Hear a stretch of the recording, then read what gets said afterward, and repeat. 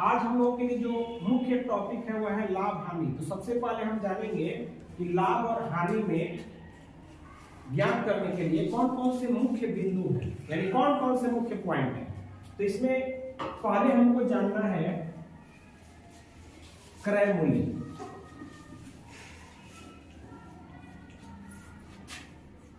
क्रय मूल्य। दूसरा है विक्रय मूल्य।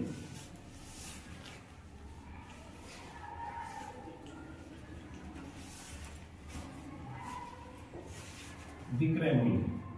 तीसरा है लाभ और चौथा होगा हानि।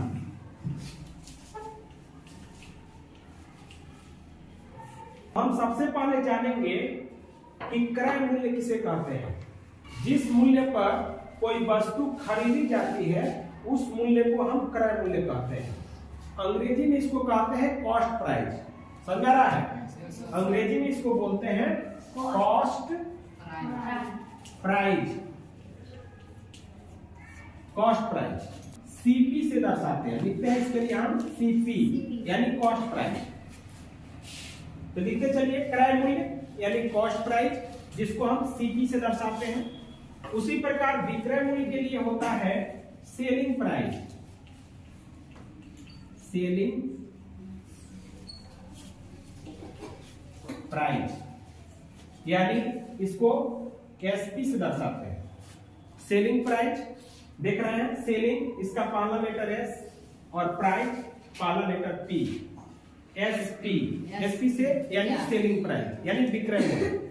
तो विक्रय मूल्य किसे कहते हैं, इसको ध्यान दीजिए। विक्रय मूल्य आखिर क्या है? तो जिस मूल्य पर कोई वस्तु बेची जाती है उस मूल्य को उस वस्तु का विक्रय मूल्य कहते हैं। तो क्रय मूल्य और विक्रय मूल्य के बारे में समझ गए ना? क्रय मूल्य जिस मूल्य पर कोई वस्तु खरीदी जाती है उस मूल्य को उस वस्तु का क्रय मूल्य कहते हैं, और जिस मूल्य पर कोई वस्तु बेची जाती है उस मूल्य को उस वस्तु का विक्रय मूल्य कहते हैं। अब है लाभ के बारे में। लाभ को हम लोग बोलते हैं प्रॉफिट। क्या बोलते हैं? प्रॉफिट। और हानि का क्या होता है? लॉस। हानि का होता है लॉस। लॉस मीन्स हानि। क्रय मूल्य जानने के बाद हम अब लाभ के बारे में जानते हैं कि लाभ हम किसे कहेंगे।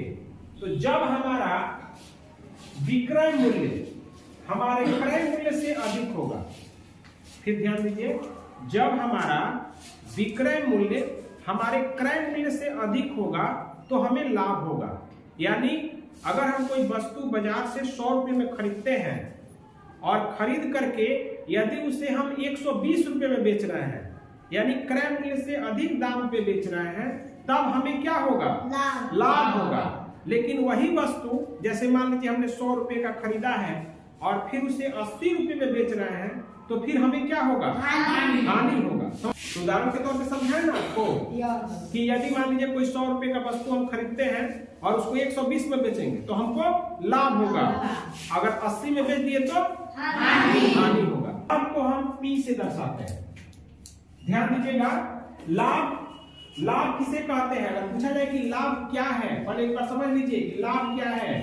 तो जब हमारा विक्रय मूल्य हमारे क्रय मूल्य से अधिक होता है तब हमें लाभ होता है।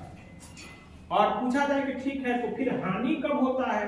तो जब हमारा क्रय मूल्य विक्रय मूल्य से अधिक होता है तब हमें हानि होती है।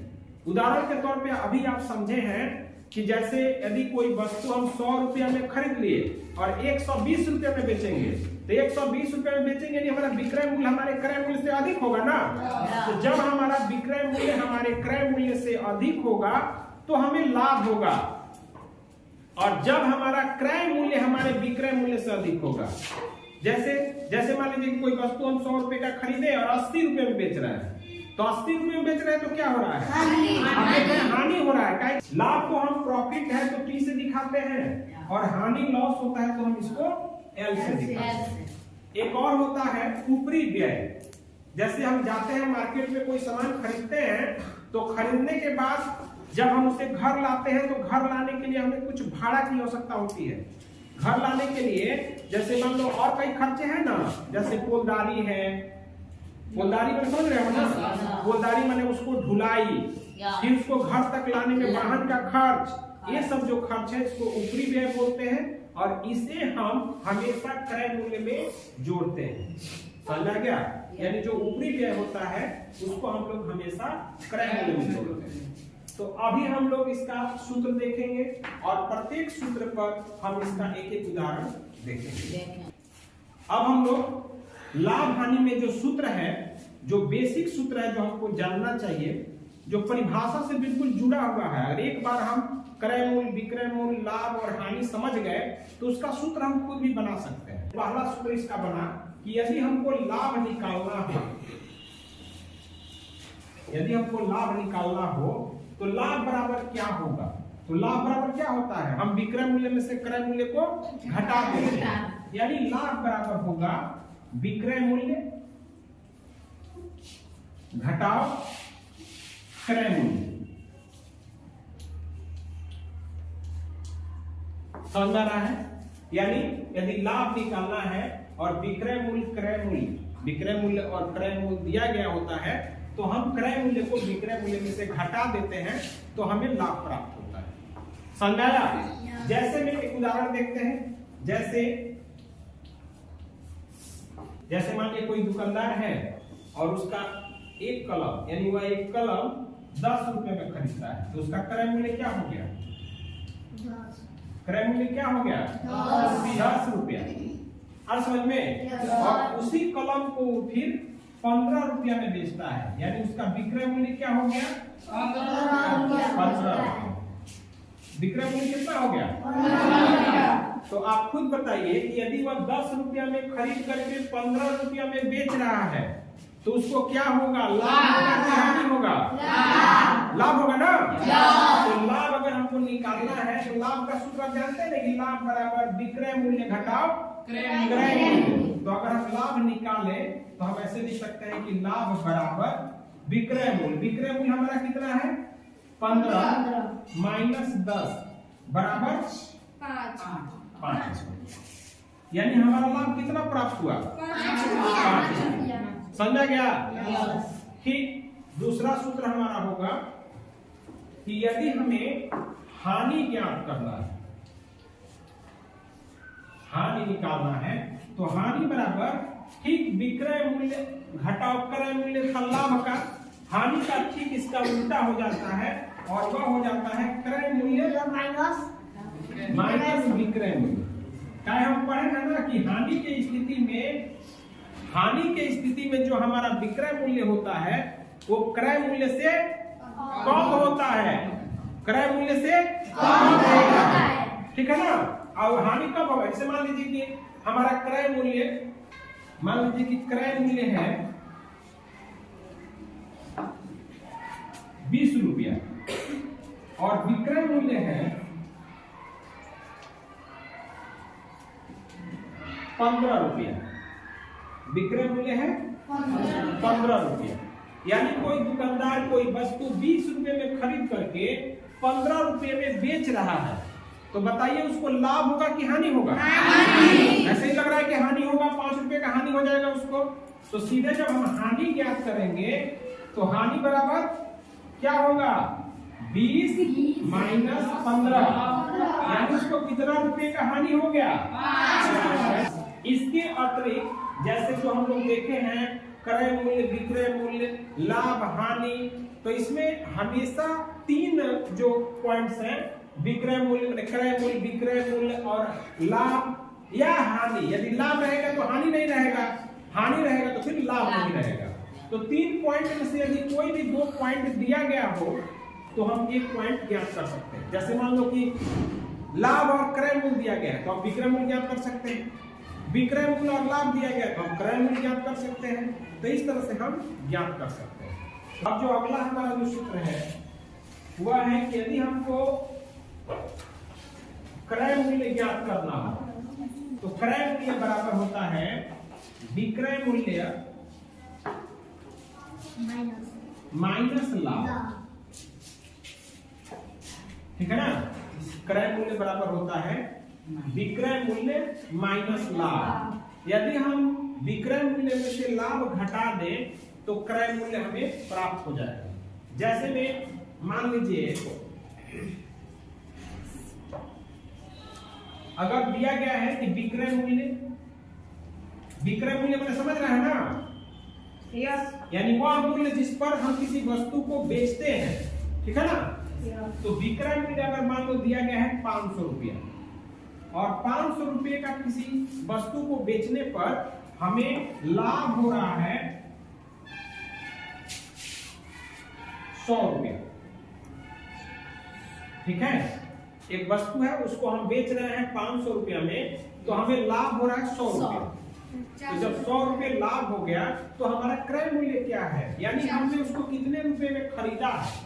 तो क्रय मूल्य बराबर सूत्र के अनुसार आप सीधे देखेंगे कि हम विक्रय मूल्य में से लाभ को घटा देंगे, यानी 500 में से जो 500 रुपया है ना यहाँ, इसमें से हम 100 रुपया हमारा जो लाभ है उसको हम क्या करेंगे, हमें कितना रुपया प्राप्त हो गया, 400। तो हमें 400 रुपये प्राप्त हुआ।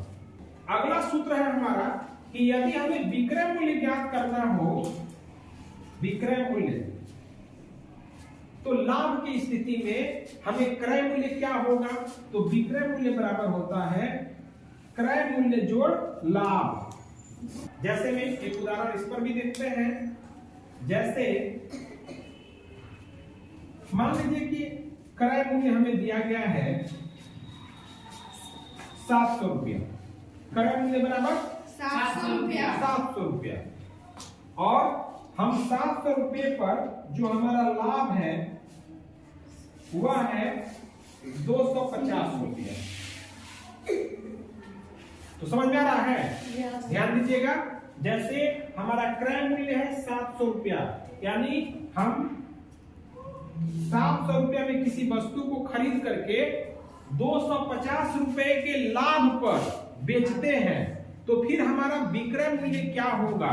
तो विक्रय मूल्य का सूत्र अभी आप देख लिए ना यहाँ पर कि विक्रय मूल्य बराबर होता है क्रय मूल्य जोड़ लाभ। तो हम सीधे सीधे कैसे निकालेंगे, सीधे लिख सकते हैं कि विक्रय मूल्य बराबर क्रय मूल्य जोड़ लाभ, यानी क्रय मूल्य हमारा कितना है 700 ना, तो 700 जोड़ 250 बराबर कितना हो गया 950।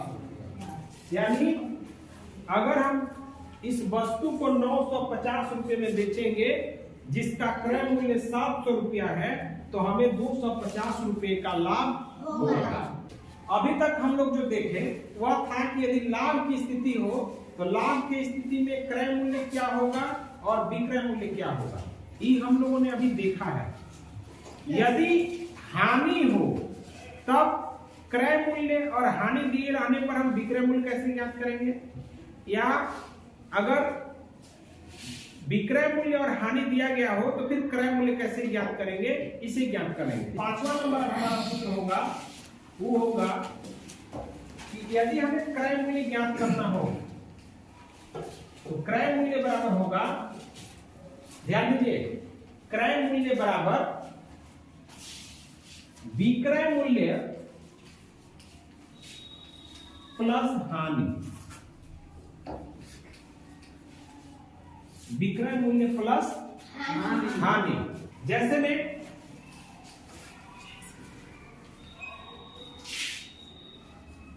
मान लीजिए कि विक्रय मूल्य है हमारा 500 रुपए, 500 रुपये में हम किसी वस्तु को बेच रहे हैं तो हमें हानि हो रही है, हानि बराबर, यानी हमें हानि हो रहा है 150 रुपया। तो पूछा जाए कि अच्छा ठीक है तो बताइए तो वह क्रय मूल्य उसका क्या है, यानी कितने में खरीदा गया है। तो क्रय मूल्य बराबर हो जाएगा विक्रय मूल्य, तो विक्रय मूल्य है 500 प्लस हानि, तो हानि कितना है हमारा 150, तो हम इसको ऐड कर देंगे, यानी 650 रुपये में वो वस्तु खरीदी गई है, यानी 650 में खरीद करके हम 500 रुपये में बेच रहे हैं, तो हमें 150 रुपए का हानि हो रहा है, नुकसान हो रहा है। समझ में आया? ठीक इसी प्रकार अगर हानि की स्थिति में ही हमको विक्रय मूल्य ज्ञात करना हो तो विक्रय मूल्य बराबर तब क्या हो जाएगा? 3 हो जाएगा क्रय मूल्य माइनस हानि। क्रय मूल्य माइनस हानि को दिया गया है कि क्रय मूल्य बराबर 800 रुपया और इस पे हमको हानि हो गया 150 रुपया। यानी हम एक वस्तु को 800 में खरीदे हैं और 150 रुपए के नुकसान पे बेच रहे हैं, तो वह विक्रय मूल्य कितना होगा? तो विक्रय मूल्य तब क्या हो जाएगा? सूत्र आप देख रहे हैं, विक्रय मूल्य बराबर होता है क्रय मूल्य माइनस हानि। क्या होगा विक्रय मूल्य बराबर? क्रय मूल्य माइनस हानि। यानी विक्रय मूल्य हमें प्राप्त होगा 650। जो क्रय मूल्य है 800 और इसमें से हम हानि को घटा देंगे। हानि हमारा 150 है ना, तो 150 घटा देंगे तो कितना प्राप्त होगा? 650 रुपया। यानी हमने 800 रुपए में खरीदी गई वस्तु को 650 रुपए में बेच रहे हैं, जिसके कारण मुझे 150 रुपए का नुकसान हो रहा है। अब हम लोग देखेंगे कि यदि हमें प्रतिशत लाभ या प्रतिशत हानि ज्ञात करना हो तो कैसे ज्ञात करेंगे? लाभ प्रतिशत बराबर होता है लाभ गुणे 100 बट्टा क्रय मूल्य। ठीक है ना? सूत्र हमारा क्या बना कि यदि लाभ प्रतिशत निकालना हो तो लाभ गुणे 100 बट्टा क्रय मूल्य। तो आप सीधे यहां लिख सकते हैं, ध्यान दीजिएगा। जैसे में मान लीजिए कि हमारा विक्रय मूल्य है 1000 रुपया और क्रय मूल्य हमारा है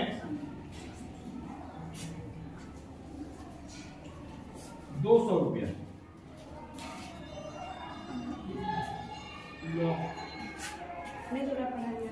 तो लाभ प्रतिशत ज्ञात करना है ना, तो लाभ प्रतिशत बराबर क्या होगा? तो सबसे पहले हम लाभ निकाल लेंगे। तो लाभ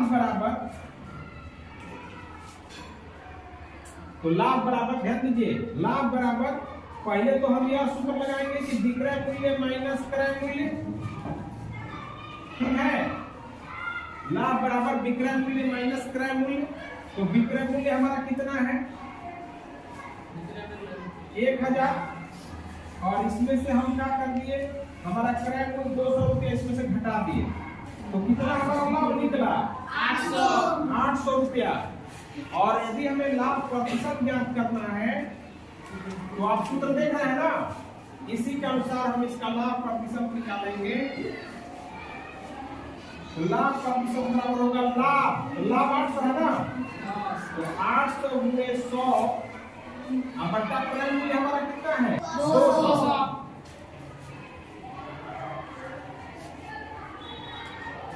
यानी आ गया 400। यानी हम लोग कितना प्रतिशत हमारा लाभ हो गया? तो 400%। समझ में आ रहा है? 400% का लाभ आ गया। तो ऐसे हम लाभ प्रतिशत ज्ञात करते हैं। तो अगला जो हमारा सूत्र है वह है कि यदि हमें हानि प्रतिशत ज्ञात करनी हो तो हम हानि प्रतिशत कैसे ज्ञात करेंगे? तो इसके लिए सूत्र है कि हानि गुणे 100 बट्टा क्रय मूल्य। और इसके लिए सबसे पहले हम हानि का सूत्र लिखेंगे। तो जैसे हमें दिया गया है कि विक्रय मूल्य है 100 रुपया और क्रय मूल्य है 200 रुपया। जैसे कोई वस्तु 200 रुपया में खरीद के 100 रुपया में बेची जा रही है तो क्या होगा? हानि होगा ना। तो पहले हम हानि ज्ञात करेंगे और हानि का सूत्र होता है क्रय मूल्य घटाओ विक्रय मूल्य। यानी क्रय मूल्य कितना है? 200 और इसमें से घट गया 100, तो कितना होगा? 100 रुपये का हमको हानि हो गया। और हानि प्रतिशत ज्ञात करने के लिए हम सूत्र लिखेंगे हानि प्रतिशत बराबर, तो हानि गुणे 100 यानी 100 है हानि और फिर गुणे 100 और बट्टा हमारा क्रय मूल्य है कितना 200 और 2 से 100 कट गया 50 यानी हमको कितना हानि हुआ 50%। कितना हानि हो गया 50% का हानि हो गया। और इस प्रकार से हम लोग लाभ हानि के प्रश्नों को समझे, ठीक है ना। कल हम लोग इस पर विशेष और कुछ समझेंगे, ठीक है। चलिए लिख लीजिए इसको।